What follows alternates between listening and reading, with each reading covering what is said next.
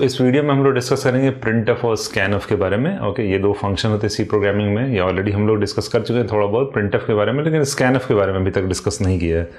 तो इस वीडियो में हम लोग डिस्कस कर लेंगे कि स्कैनफ किस तरीके से काम करता है। तो एक छोटा सा प्रोग्राम ले लिया। ये प्रोग्राम क्या है आपका, दो नंबर को ऐड करने का प्रोग्राम है। एक वेरिएबल है एक्स जिसका डेटा टाइप क्या है आपका इंटीजर। डेटा टाइप क्या होता है, वेरिएबल क्या होता है, ये भी डिस्कस कर चुके हैं। फाइन। तो x की वैल्यू 10 है, y की 20 है और सम यहाँ कुछ भी नहीं, बस खाली एक वेरिएबल ले लिया इंटीजर टाइप का। सम में क्या कर दिया, x प्लस वाई जो भी एडिशन हुआ यहाँ पे उसको सम में स्टोर कर दिया और प्रिंटफ के थ्रू क्या कर दिया, इसको प्रिंट कर दिया। क्योंकि ये हम इंटीजर वैल्यू प्रिंट कर रहे हैं तो इसके लिए जो आपका सिंबल यूज़ होगा वो परसेंटाइल डी, कैरेक्टर के लिए परसेंटाइल सी यूज़ करते हैं और फ्लोट के लिए %f यूज़ करते हैं। ओके, अगर आपको नहीं पता है कि किसके बारे में ये भी डिस्कस किया तो आप गूगल करेंगे आपको मिल जाएगा। तो देखो ये काम कैसे करता है। अब x और y की वैल्यू क्या है यहाँ पे, ये आपकी लेट सपोज रैम है।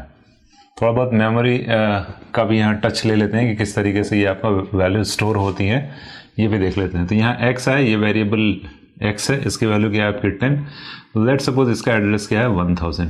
ओके, मेमोरी का एड्रेस बेसिकली इस तरीके से बस एज्यूम कर रहे हैं कि ये 1000 मेमोरी एड्रेस पे ये वेरिएबल आपका क्रिएट हो, उसमें वैल्यू 10 स्टोर हो गई। लेट सपोज ये आपका क्या है 20 और इसका मेमोरी एड्रेस कितना है 2000 और यहाँ सम आपका एक वेरिएबल है और ये भी यहाँ पे आ गया। लेट्स सपोज ये 3000। ये एज्यूम कर रहे हैं, ये एक्चुअली है नहीं। ओके, तो अब देखो ये जब प्रोग्राम आपका रन होगा तब मेमोरी क्रिएट होगी। कोई भी अगर वेरिएबल है तो वो या तो कंपाइल टाइम पे मेमोरी क्रिएट होगी या तो रन टाइम पे। तो कंपाइल टाइम पे कौन कौन से वेरिएबल होते हैं, जैसे आपका स्टैटिक वेरिएबल या ग्लोबल वेरिएबल, वो आपका कंपाइल टाइम पे उसकी वैल्यू जो है मतलब उसकी मेमोरी क्रिएट हो जाती है।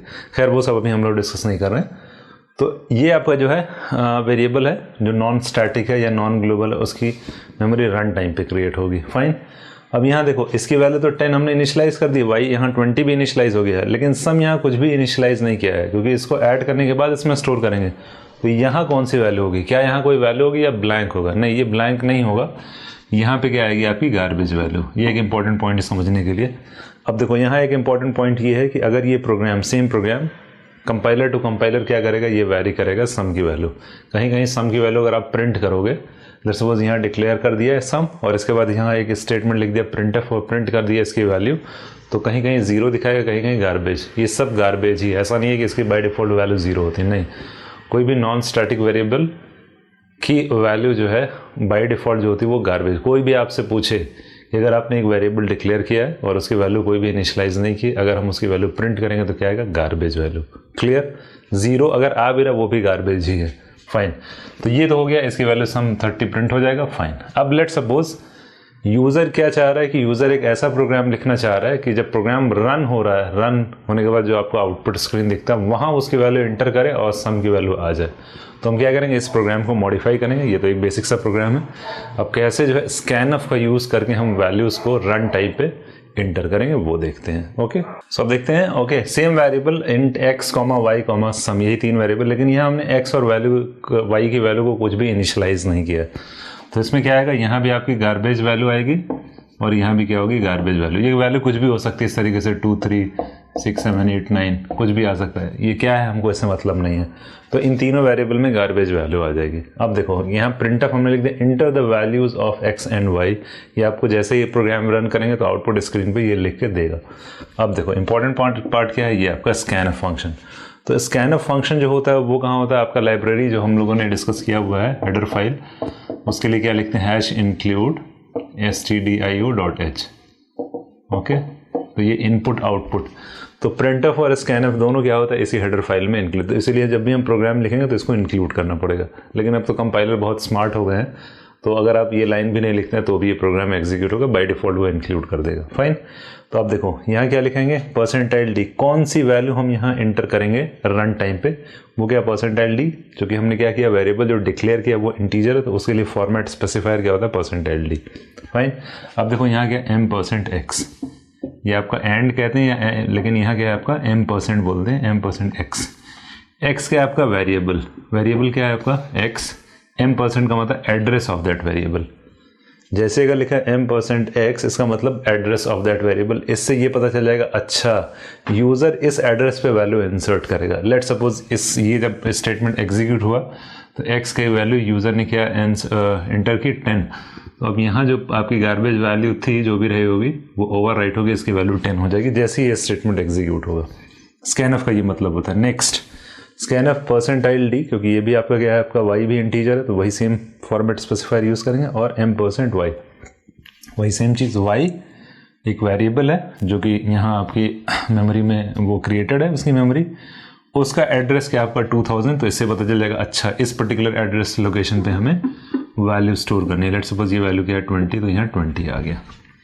ओके, अब आ गया sum which is equals to x plus Y. तो अब x की वैल्यू क्या है, ओ इस मेमोरी लोकेशन पे जाएंगे, देखेंगे x क्या है आपका 10 और y क्या है 20, ऐड होकर सम पे स्टोर हो जाएगा। तो जो यहाँ गार्बेज वैल्यू थी इसकी वैल्यू क्या हो जाएगी 10 प्लस 20 विच इज 30। तो यहाँ से ये प्रिंट करके हम क्या कर देंगे, इसकी वैल्यू 30 आ जाएगी। तो ये है आपका किस तरीके से दो नंबर को ऐड करने का प्रोग्राम है और उसमें स्कैनफ और प्रिंटफ यूज़ करके। अब देखो कैसे लिखेंगे, इन दोनों को हम कंबाइन भी कर सकते हैं। ओके, तो कंबाइन कैसे करेंगे ये अभी हम डेमोन्स्ट्रेशन पे सारे वेरिएशंस दिखाएंगे। तो ये एक बेसिक प्रोग्राम था कि किस तरीके से जो है स्कैनफ फंक्शन यूज़ करते हैं। इसमें इंपॉर्टेंट पार्ट ये था कि अगर कोई भी वेरिएबल इस तरीके से डिक्लेयर करते हैं और वैल्यू इनिशियलाइज नहीं करते हैं तो उसकी बाय डिफ़ॉल्ट वैल्यू जो होगी वो ज़ीरो नहीं होगी, वो गार्बेज वैल्यू। अगर ज़ीरो आ रहा है तो वो भी गार्बेज ही है। तो अब इसका डेमोन्स्ट्रेशन देखते हैं। ओके,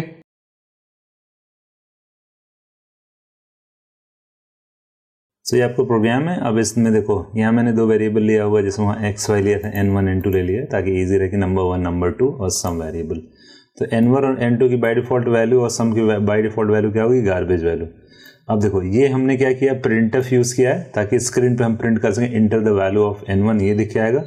तो अब क्या करेगा, n1 में हमें क्या इंटर करना है वैल्यू, तो परसेंटाइल डी m%n1, तो n1 की वैल्यू यूज़र इनपुट कर देगा। जब अभी प्रोग्राम रन करके दिखाते हैं, सेकेंड लाइन वैसे ही। ओके, n2 का वैल्यू प्रिंट करना, n2 की वैल्यू एंटर करने के लिए मांगेगा, तो क्या करेंगे स्कैनफ के थ्रू उसको एंटर कर देंगे।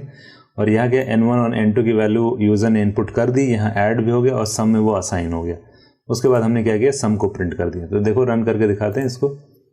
अब देखो क्या पूछ रहा है, enter the value of n1। Let suppose हमने एंटर किया 10, एंटर दबाए, फिर से लेट सपोज हमने दिया 20।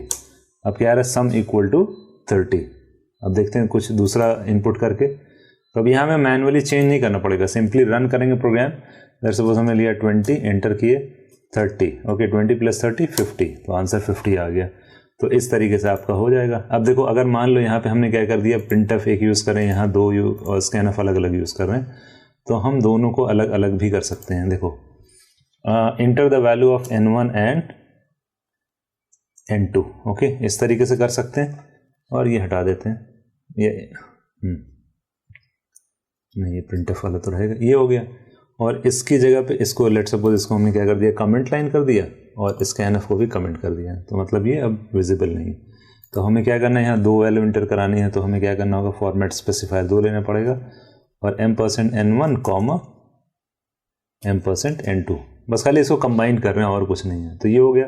अब यहाँ देखो इस प्रिंटफ में हम कुछ भी लिख सकते हैं, लेकिन ये है कि ऐसा हम लिखें ताकि ये और ये दोनों मैच करें। फाइन, मतलब ऐसा ना हो कि यहाँ हम n1 और n2 दे रहे हैं और यहाँ सिर्फ एक ही वैल्यू इंसर्ट करा रहे हैं, नहीं। तो अब देखो, अब इसको रन करते हैं। तो अब आपने इसको रन किया तो enter the value of n1 and n2। Let's suppose हमने 10 दिया और इंटर कर दिया 30 दिया, तो अब क्या आ रहा है, सम विच इज इक्वल्स टू 40। तो ये थोड़ा ठीक नहीं लग रहा है, इसको यहाँ क्या कर देते हैं, n2 के बाद इस तरीके से लिख देते हैं ताकि थोड़ा ठीक दिखे। तो फिर से रन कराते हैं। रन कराया हमने, n1 इंटर द वैल्यू और values of n1 and n2, तो 10 कर दिया। आप स्पेस भी दे सकते हैं, स्पेस दे के भी लेट सपोज 30, फिर आप इंटर करेंगे 40 आ जाएगा। स्पेस भी दे सकते हैं, इंटर भी दे सकते हैं। एक बार और रन कराते हैं। लेट सपोज कोई और वैल्यू ले लेते हैं। लेट सपोज हमने 60 ले लिया, स्पेस 40 ले लिया। वो समझ जाएगा स्पेस का मतलब हम नेक्स्ट नंबर की बात कर रहे हैं। स्पेस की जगह इंटर भी दे सकते हैं, 60 plus 40 which is equals to 100। तो ये था बेसिक एक ओवरव्यू कि किस तरीके से आपका स्कैनफ काम करता है। और अगर आपको ये लगना है कि हाँ भाई दोनों वैल्यूज़ भी प्रिंट हो, लेट सपोज हमने इस तरीके से कर दिया, इंस्टेड ऑफ सम हम इस तरीके से भी लिख सकते हैं, percentile D plus percentile D which is equals to इस तरीके से, एंड यहाँ क्या आ जाएगा, n1 n2, ओके, कॉमा सम। देखो इसका मतलब ये हुआ, ये जो आपका n1 है इसकी वैल्यू जो यूज़र ने दी उसकी जगह ये आ जाएगा, और ये आपका n2 है, उसकी जगह पे यहाँ आ जाएगा और सम की वैल्यू के लिए यहाँ आ जाएगा। देखो अब रन करा के देखेंगे तो आपको क्लियर हो जाएगा अपने आप। देखो n1 की वैल्यू क्या है आपकी 10 स्पेस 20। अब जैसे ही आप इंटर करेंगे तो क्या रहा है 10 + 20 विच इज इक्वल्स टू 30। तो 10 + 20 विच इज इक्वल्स टू 30 का मतलब क्या हुआ, देखो हम आपको समझा देते हैं। यहाँ पे परसेंटाइल डी यहाँ जो आपका है उसकी जगह पे 10 आ जाएगा, मतलब n1 की वैल्यू यहाँ साइन हो जाएगी, n2 की वैल्यू यहाँ साइन हो जाएगी और सम की वैल्यू यहाँ साइन हो जाएगी। तो इस तरीके से खैर ये आपका रिप्रेजेंटेशन है, मतलब ऑब्जेक्टिव यही है कि हमें प्रोग्राम समझ में आना चाहिए। बाकी इसमें क्या कहते हैं, इस तरीके से भी लिख सकते हैं या प्रीवियस जो प्रोग्राम था। तो एक प्रोग्राम को लिखने के बहुत सारे तरीके थे।